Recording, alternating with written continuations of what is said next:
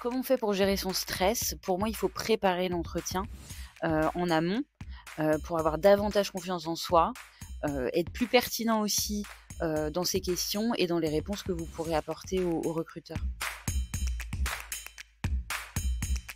Langage corporel, est-ce que c'est important? Honnêtement, j'ai pas vraiment la réponse. Ce qui est sûr, c'est qu'il faut pas que vous vous focalisiez là-dessus pendant l'entretien parce que ça va complètement vous déconcentrer. Donc essayez de pas trop y penser. Les erreurs courantes qui, selon moi, sont évitables, c'est déjà la tenue.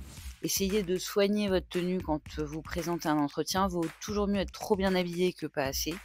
Le langage aussi, essayez d'adopter un langage professionnel, parce que ça peut être des petites erreurs, «bêtes» entre guillemets qui peuvent vous porter préjudice. Oui, les questions, c'est important, mais il faut pas poser une question pour poser une question. Il faut vraiment qu'elle ait de l'intérêt pour vous et que la réponse vous apporte quelque chose. Si jamais vous vous rendez compte que vous n'avez pas de questions parce que la personne en face y a répondu, n'hésitez pas à le dire en disant: «Bah, vous avez répondu à toutes mes questions, du coup, j'en ai pas de supplémentaires». La question «Parlez-moi de vous», à quoi elle sert? Elle sert à mieux se connaître, donc à mieux, percevoir, votre singularité, ce qui vous distingue des autres. Donc pour vous aussi, c'est l'occasion de mettre en avant, des facteurs différenciants comme vos hobbies, par exemple, ou un projet que vous auriez mené, un petit peu original.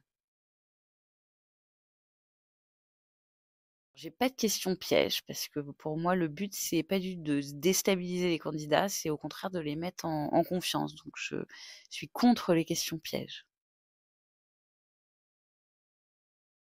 C'est faux, évidemment qu'on peut répondre «je ne sais pas» quand on ne sait pas. Faux aussi, je dirais, c'est important d'être transparent, donc donner ses vrais défauts. Après, un défaut peut aussi être une qualité, donc pareil, moi je suis pas forcément, fan des 3 défauts, 3 qualités, mais en tout cas, ce qui est important, c'est d'être transparent. Pour maximiser ses chances, pour moi, il y a 2 choses.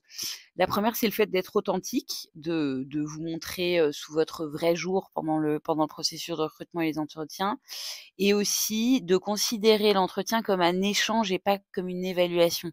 Pour être plus en confiance justement, être plus à l'aise et que le processus vous apporte vraiment quelque chose aussi sur le plan professionnel.